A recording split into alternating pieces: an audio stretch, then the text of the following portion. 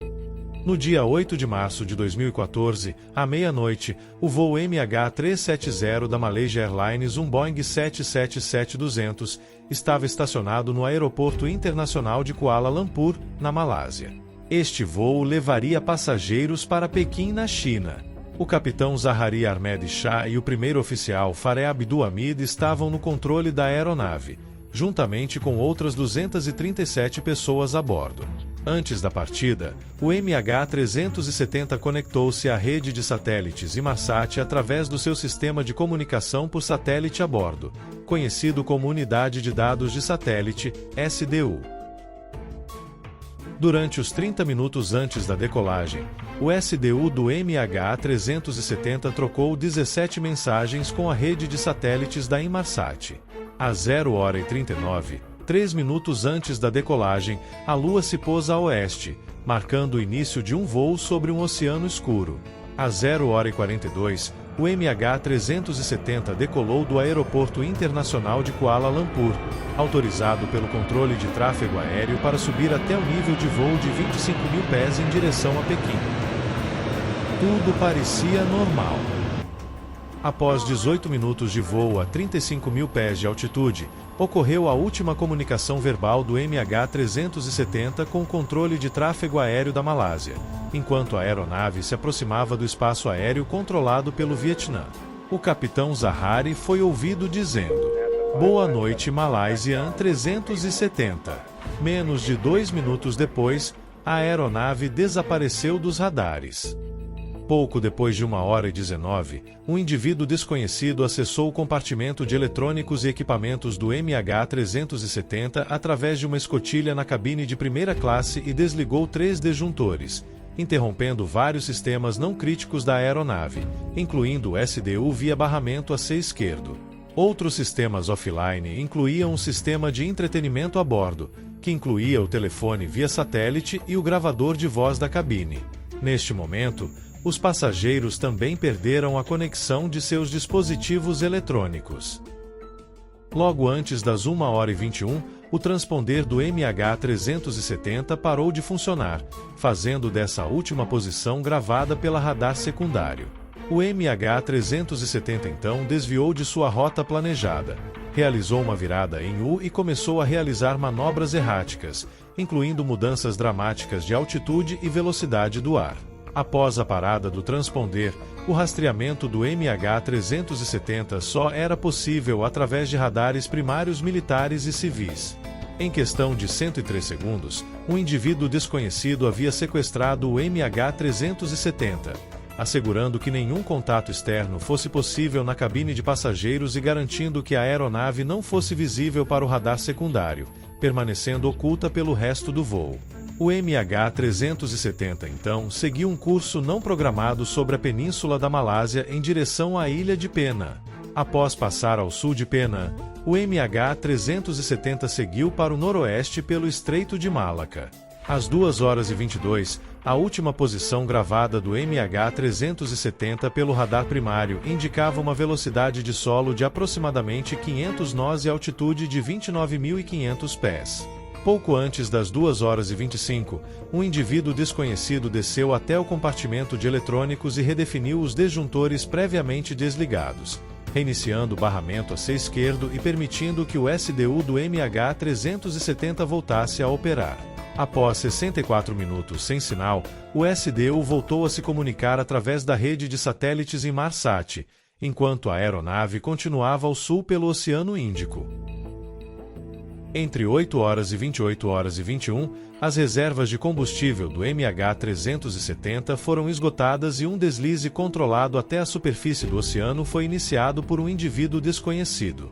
Entre 8h e 38 e 8h39, o MH370 realizou com sucesso um pouso na água no sul do Oceano Índico. A aeronave submergiu temporariamente e sofreu danos severos em sua parte inferior, mas não se desfez. Permaneceu à tona por um curto período antes de afundar intacta. Durante o pouso controlado na água, algumas peças da estrutura se separaram da aeronave e foram encontradas em áreas costeiras do Oceano Índico Ocidental. O número total de peças confirmadas da aeronave encontradas é de cerca de 30. Em 29 de julho de 2015, um flap completo de uma superfície de controle de voo da estrutura da asa direita do MH370 foi encontrado em uma praia da Ilha da Reunião. Esta peça de destroço exibe danos específicos que aludem aos momentos finais do MH370. Há muito pouco ou nenhum dano por colisão ou impacto na superfície externa, mas é visível uma borda de fuga completamente ausente, revelando rasgos claros na estrutura do flap ao redor. Este dano na borda de fuga indica um voo em alta velocidade em um pouso controlado na água. Esta área da asa foi o primeiro ponto de contato com a superfície do oceano, sugerindo que o avião estava nivelado ou próximo disso no momento do impacto. Há semelhanças evidentes entre este dano e o sofrido pelo voo 1549 no pouso na água do rio Hudson em 15 de janeiro de 2009. Conclusivamente, este pedaço de destroço nos diz que ele esteve envolvido em um evento de impacto de alta velocidade e alta energia. O flap, no entanto, evitou danos de impacto destrutivo durante os momentos finais do avião porque o movimento do avião estava em direção ao frente e o flap estava protegido pela estrutura da asa. Em 23 de junho de 2016, um pedaço de flap da asa direita do MH370 foi encontrado na ilha de Pemba, no Oceano Índico Ocidental.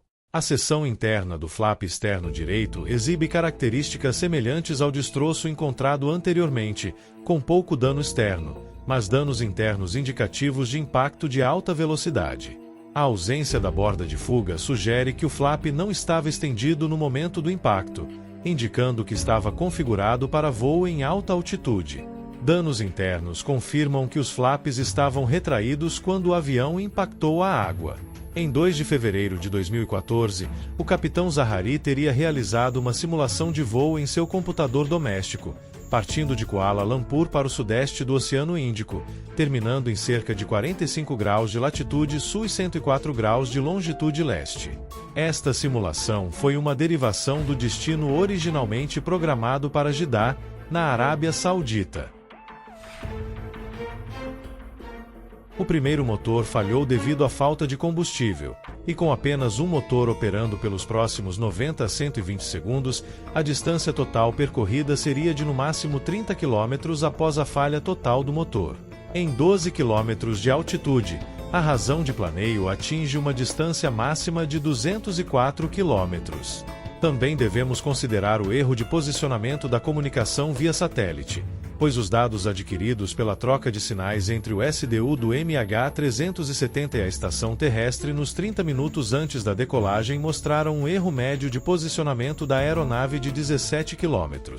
Portanto, a distância máxima total alcançada seria de 251 km. O MH370 viajou um máximo de 251 km do sétimo arco até a coordenada 40,8 graus ao sul e 86,8 graus ao leste. No entanto, é provável que a distância máxima percorrida tenha sido menor, pois a taxa de planeio real teria sido mais próxima de 14:1. O cálculo revisado dá uma distância máxima percorrida a partir do sétimo arco de cerca de 215 km. Portanto, o ponto final mais provável do MH370 está centrado na coordenada 40,5 graus ao sul e 86,9 graus ao leste. Vale ressaltar que uma vasta área subaquática adjacente ao sétimo arco já foi pesquisada. É evidente que o MH370 experimentou um descenso controlado para levá-lo além dessas áreas, em vez de um mergulho descontrolado no oceano. Este resumo destaca evidências convincentes sobre o cenário real do voo MH370, e sem dúvida, os restos da aeronave estão localizados nesta área.